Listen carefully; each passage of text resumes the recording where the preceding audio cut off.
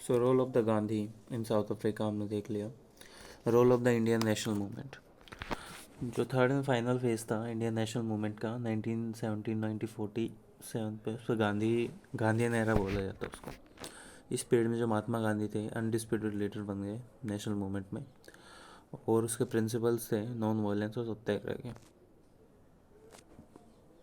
Gandhi national movement को support करते थे और उसके मास मूवमेंट आ गया काफ़ी सारे लोगों का साथ। सत्याग्रह, पैसिव रेजिस्टेंस और सिविल डिसोबीडियंस, मतलब किसी चीज़ को सपोर्ट ना करना। Literal meaning incidents on truth और truth force. Gandhi evolve the technique during stay in South Africa. South Africa के टाइम पर उन्होंने सीखी थी ये, और ये ट्रूथ और नॉन वायलेंस पे बेस्ड थी। सत्याग्रही था वो was not to submit what he consider was a wrong. Basically satyagrahi उस चीज़ को एक्सेप्ट ही नहीं करेगा जो उसको लगता है बिल्कुल गलत है, और ऑलवेज ट्रूथफुल, हमेशा सच्चाई का साथ देगा, नॉन वायलेंस फॉलो करेगा, फेयरलेस रहेगा। एक सत्याग्रही बेसिकली जो दुश्मन है उसके सामने सर नहीं झुकाता, कुछ भी कॉन्सिक्वेंसेस हो। वो बेसिकली एक्सेप्ट करेगा जो बेसिकली उसको स्ट्रगल हो रहा है, और किसी भी अन्याय के खिलाफ उसकी सफरिंग है वो लव और ट्रुथ होती है, बेसिकली सच्चाई के लिए जीवन उछावर करने वाली चीज़। स्ट्रगल के टाइम पे सत्याग्रही बेसिकली जो दुश्मन है उससे डरेगा नहीं, और ब्रेव और स्ट्रॉन्ग रहेगा, और मतलब मजबूत और बिल्कुल स्ट्रॉन्ग रह के जो अपना सत्याग्रह उसको प्रैक्टिस करेगा। वो बेसिकली वीक नहीं रहेगा या ना डरेगा चीज़ों से, वॉयलेंस कितना भी बेकार हो। चंपारण सत्याग्रह क्या फर्स्ट सिविल डिसोबीडिएंट मूवमेंट था। राजकुमार शुक्ला ने गांधी को बोला कि जो इंडिगो प्लांटर्स की जो प्रॉब्लम है उनके बारे में गांधी को बताया। जो यूरोपियन प्लांटर्स हैं वो उनको फोर्स करते थे किसानों को इंडिगो ग्रो करने के लिए। 320 ऑफ द टोटल लैंड, 20वें हिस्से के तीसरे हिस्से पर, उसको तिनकाथिया सिस्टम बोलते थे। और 19वीं सेंचुरी के एंड में जो जर्मन सिंथेटिक्स डाइस थी उन्होंने इंडिगो को रिप्लेस कर दिया, और यूरोपियन प्लांटर डिमांड करने लगे हाई रेंट और इलीगल ड्यूज पीजेंट से। और जो पीजेंट था वो बेसिकली फोर्स किया जाता था किसान को कि अपना जो उपज है वो बेचे यूरोपियंस को ही, जो उन्होंने प्राइस फिक्स किया, चाहे वो सस्ता हो महंगा हो। Gandhi reach the Champaran to probe into the matter. Gandhi ji Champaran पहुँचे, और जो अथॉरिटीज़ ने ऑर्डर किया उनको कि अभी के अभी एरिया खाली कर दो। गांधी ने ऑर्डर मानने से मना कर दिया और बोला ठीक है मैं सज़ा भुगतने के लिए रेडी हूँ। उसने सर्वे किया खुद से, और उन्होंने किसानों से पूछा कि तुम इंडिगो उगाना चाहते हो और टैक्सेस देना बंद करना चाहते हो। ये पैसिव रेजिस्टेंट और civil obedient basically unjust order था, नोवल मेथड का उस टाइम पे। जो अथॉरिटीज़ थी उन्होंने रिट्रीट किया और परमिट किया गांधी को एक इंक्वायरी करने के लिए। गवर्नमेंट ने एक कमेटी बनाई इस मैटर में देखने के लिए, और नॉमिनेट किया गांधी को as a member. Gandhi was able to convince the authority. Gandhi ने अथॉरिटीज़ को कन्विंस कर लिया तिनकिया सिस्टम के अंदर, और तिनकिया सिस्टम अबोलिश कर दिया गया। किसान थे उनको कंपनसेट किया गया, जो उनसे इलीगल बेसिकली पैसा वसूल किया गया था, और जो प्लांटर्स है उनसे भी कॉम्प्रोमाइज़ किया। जो 25% मनी है वो बेसिकली कंपनसेटेड की जाएगी। एक डिकेड के अंदर जो प्लांटर्स थे उन्होंने एरिया छोड़ दिया, और इसी चंपारण सत्याग्रह के अंदर राजेंद्र प्रसाद थे, वो गांधी जी के कांटेक्ट में है। अब खेड़ा सत्याग्रह क्या था? नॉन कोऑपरेशन मूवमेंट था ये भी। ये बेसिकली सूखे की वजह से हुआ था 1918 में, और जो क्रॉप्स थी वो basically failed in the Kheda district of Gujarat. Crops basically जो खेड़ा डिस्ट्रिक्ट गुजरात था उसमें बंद हो गई थी, और जो अकॉर्डिंग टू रेवेन्यू कोड के अकॉर्डिंग अगर आपका जो खेत है वो 1/4 से भी कम है नॉर्मल प्रोड्यूस के, तो फार्मर्स को रिमिशन देना पड़ता था। जो अथॉरिटीज़ थी उन्होंने रिफ्यूज़ कर दिया रिमिशन देने के लिए, और जो गांधी जी सपोर्ट किया उन्होंने किसानों को और पूछा कि मतलब ये तुम्हारा रेवेन्यू कैसे कम हो रहा है। फाइनली गवर्नमेंट ने गांधी जी की बात सुनी और परमिशन दे दिया अपने किसानों को। खेड़ा सत्याग्रह के दौरान बहुत सारे यंग नेशनलिस्ट सरदार पटेल, इंदुलाल याग्निक गांधी जी के फॉलोअर बन गए थे। अब अहमदाबाद मिल स्ट्राइक क्या थी, पहली भूख हड़ताल थी ये। Gandhi now interview the dispute. Gandhi ने बेसिकली वहाँ पे जाके मामला समझा पूरा, जो बिल ओनर ऑफ अहमदाबाद और वर्कर्स के बीच में है, क्योंकि उनको प्लेग बोनस देने से मना कर दिया था उन्होंने।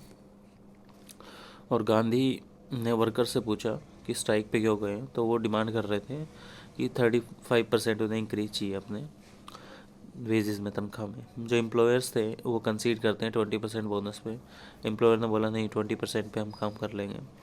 गांधी ने एडवाइस किया वर्कर्स को कि एक नॉन वायलेंट तुम फॉलो करो और स्ट्राइक पे रहो। उन्होंने फास्ट अन टू डेथ, उन्होंने आमरण अनशन किया वर्कर्स को रिजोल्व करने के लिए, वर्कर्स की समस्या को रिजोल्व करने के लिए। और मिल ओनर्स ने फाइनली एग्री किया कि वो बेसिकली 35% इंक्रीज करेंगे वेजेस के अंदर। Satyagraha against the Rowlatt act, first mass strike, Rowlatt act 1990। Imperial legislative council ने बेसिकली दिल्ली में पास किया था 18 मार्च 1919 को। बेसिकली एक्सटेंशन था defence of the India act 1950 का। जो डिफेंस ऑफ इंडिया एक्ट था 1950 का, उसका एक्सटेंशन था। इसको बेसिकली ब्लैक एक्ट या ड्राकोनियन एक्ट भी बोलते हैं। इसका मेनली एम ये था कि मिलिटेंट नेशनलिस्ट एक्टिविटीज़ हैं उनको देखा जाए। कोई भी पर्सन अगर उसको अरेस्ट किया गया है सस्पिशंस के बेसिस पे, तो वो चीज़ बेसिकली वहाँ पे देखी जानी चाहिए। उन्होंने एनॉर्मस पावर्स दी पुलिस को सर्च करने के लिए किसी प्लेस को, और अरेस्ट करने के लिए किसी पर्सनस को जो डिस्प्रूव करता है या वारंट के थ्रू नहीं आता। नो अपील और पटिशन को दी file against the such arrest for the 2 years। कोई अपील कोई पटिशन फाइल नहीं की जाएगी उस बंदे के अगेंस्ट 2 साल के लिए। एक well known description of bill देखा गया उस टाइम पे कि कोई दलील नहीं होगा, कोई वकील नहीं होगा, कोई अपील नहीं होगी, कोई प्ली नहीं होगी, कोई लॉयर नहीं होगा, कोई अपील नहीं होगी। जो गांधी ने बेसिकली नेशनल वाइड प्रोटेस्ट शुरू किया डेकोरियन लॉ में फरवरी 1919 में। और जो गांधी जी ने ऑर्गेनाइज किया सत्याग्रह सभा और बेसिकली होम रूल लीग्स के अंदर एंड पान इस्लामिस्ट के अंदर, जो फॉर्म ऑफ प्रोटेस्ट थी फाइनली इंक्लूड किया गया observation of national wide strike, और जो बेसिकली फास्टिंग और प्रेयर के अकॉर्डिंग वो काम कर रही थी। सिविल डिसओबेंस थी स्पेसिफिक लॉज में, और जो अरेस्ट कर रहे थे और इम्प्रिजमेंट कर रहे थे इन चीज़ों को। रेडिकल चेंजेस क्या थे नेशनल मूवमेंट में, जो बहुत सारे लोग थे उन्होंने उनको डायरेक्शन मिल गई। अब वो बेसिकली काम कर रहे थे इंस्टेड ऑफ वर्बल एक्सप्रेशन, खाली बोलने के।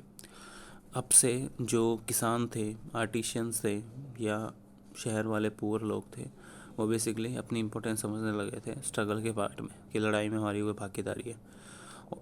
Orientation of national movement turn the masses permanently. जो बेसिकली नेशनल मूवमेंट था बहुत सारे लोगों तक पहुंच गया एक टाइम पे। और जो जलियांवाला बाग मैसेकर था अप्रैल 13, 1919 को पंजाब में क्या हुआ था, अनप्रेसिडेंट सपोर्ट हुआ था रोड सत्याग्रह में। और जो एक वायलेंट सिचुएशन थी इलेक्शंस की, और गवर्नमेंट ने basically large number of military troops बुला लिए थे जलियांवाला बाग के टाइम पे। मिलिट्री को देख रहा था ब्रिगेडियर जनरल डायर, और डायर ने क्या किया, सारे पब्लिक मीटिंग्स को बैन कर दिया और पॉलिटिकल लीडर्स को जेल में डालना शुरू कर दिया। बैसाखी डे पे एक पूरी लार्ज क्राउड बेसिकली मेले में इकट्ठा हुई थी, और उन्हें ऐसे ऑर्डर्स का कोई पता नहीं था। तो वो बेसिकली एक स्मॉल पार्क में सारे इकट्ठा हो गए थे, protest against the arrest for the leaders. Basically protest करना चाहते थे जो लीडर्स हैं उनका अरेस्ट हो उनके अगेंस्ट। जो आर्मी थी उसने सराउंडेड बेसिकली घेर लिया पूरे जो पार्क है उसको चारों तरफ से जनरल डायर के ऑर्डर पे, और उन्होंने सारे एग्जिट पॉइंट को ब्लॉक कर दिया। और फायर, एक ही एग्जिट पॉइंट था जनरली वहाँ पे, और बेसिकली जो भीड़ थी उस पर गोलियाँ चलाना शुरू कर दिया। इसका रिजल्ट क्या हुआ, नेशनल वाइड प्रोटेस्ट हुआ मैसेकर के अंडर। बेसिकली ये जो हत्याकांड था इसमें बेसिकली प्रोटेस्ट किया गया बाद में, और इवन जो लंदन के न्यूज़पेपर्स थे उन्होंने क्रिटिसाइज़ किया इस चीज़ को। रविंद्रनाथ टैगोर थे, उन्होंने रिनाउंस किया एज ए प्रोटेस्ट। जो गांधी है वो बेसिकली काफ़ी दुखी हुए इस चीज़ को देख के कि कितना वायलेंस, कितनी हिंसा फैल रही है, और उन्होंने विड्रॉ कर दिया रॉयल सत्याग्रह मूवमेंट। जो ब्रिटिश गवर्नमेंट थी उसने रिलीज़ की फिगर्स कि 379 लोग मरे हैं और 1200 लोग जख्मी हुए, और दूसरे सोर्सेज बता रहे थे कि 1000 से ज़्यादा लोग मरे हैं। और जो brutally stand at the entire Nations, basically पूरे देश में जो निर्मम हत्या की गई थी लोगों की, ये चीज़ फैल गई और उनका बेसिकली सरकार से विश्वास बिल्कुल गिर गया यूके। इस इनफेक्टिव इंक्वायरी और इनिशियल रिकॉर्ड्स डायर के खिलाफ हुए हाउस ऑफ लॉर्ड्स में, और ये चीज़ बेसिकली गुस्से से भर गए।